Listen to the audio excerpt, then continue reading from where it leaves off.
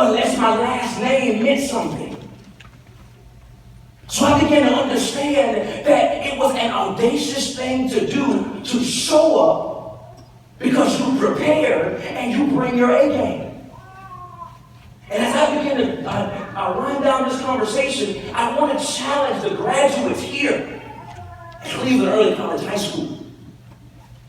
That you're here now. You have your tassels. You have your cap and gown. Your family is here to celebrate you, and rightfully so.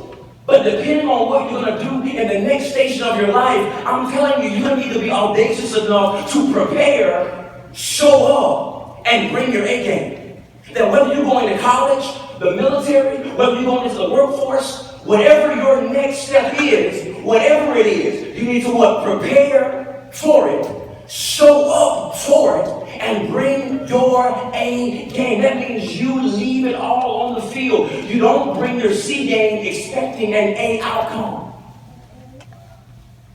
And every person under the sound of my voice tonight, you have the next step as well. Because one of the interesting things about a commencement is that a commencement is not only a completion, it's also a start.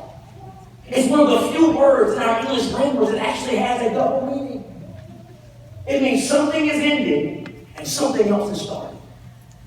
And every one of us here, we have the opportunity to take a next step in our family, a next step in our business, a next step in our career, a next step in going back to school, a next step in getting that GED, a next step in going back and finishing that college degree that maybe circumstances and situations cause us to have to put on pause for a while. All of us need to prepare, show up, and bring our A game, because the world and families are shaping and sharp by people who are audacious. Steve Jobs was audacious. Oprah Winfrey was audacious. Henry Ford was audacious. J.P. Morgan was audacious. Andrew Carnegie was audacious. Sarah Breedlove was audacious. Louis Latimer was audacious. All the men and the women who shaped the world from a macro or a micro perspective were audacious people.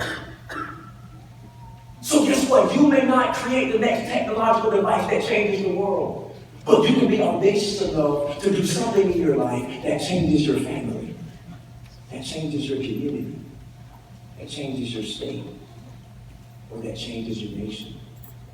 But it all starts with being audacious. Audacious people are bold people. Audacious people take calculated risks. Audacious people have moral clarity. Audacious people live with conviction. Audacious people also have competence. To be bold, to be daring, to possess the nerve to push the envelope when other people say that can't be done.